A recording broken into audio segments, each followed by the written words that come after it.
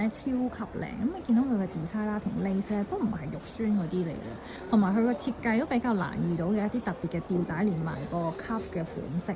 佢前面亦都有一陣 lace 啦，同埋一個比較長少少嘅 ribbon 俾你，咁成個效果係好 sheer 啦，好 romantic 嘅感覺。佢個腰線我都好欣賞，佢做得好靚嘅一個 wavy design 啦，亦都好立體。咁有一個位咧就係咧，因為佢係 free size 嘛，咁佢就為咗貨唔同上圍個女仔着啦，佢做得鬆咗少少。對於我哋呢啲唔係好豐滿嘅女仔，但係我哋有個 skill 可以 share，就係其實你將佢咁樣呢個位縫咗上去咧，其實一樣都好好睇，咁樣着都會好靚。咁大家就可以動下小手工縫咗佢咧，就得到一條超級 happy price 又靚嘅法式 vintage 裙啦。咧好有嗰啲法國古董公仔嗰啲 feel，但我覺得佢呢個 design 係好唔常見。平時可能齋吊帶啦，但係佢而家係做咗個 cuff 喺度。咁如果你話啊，我唔中意露手臂啊嘅朋友仔，可以着一啲比較 sheering 網紗嘅入面做 layers 都得嘅。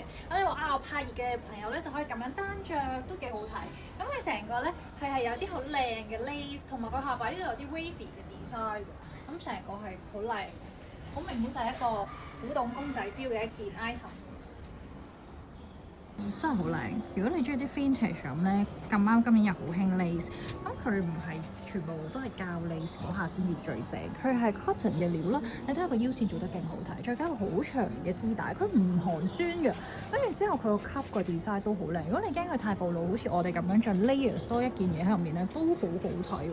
甚至乎你襯一啲波鞋再加背囊咧，呢個都係嗰隻韓式嘅 vintage look 都好靚。咁樣單着都好完美嘅，因為5cm 着出嚟咧，加對長襪仔都好。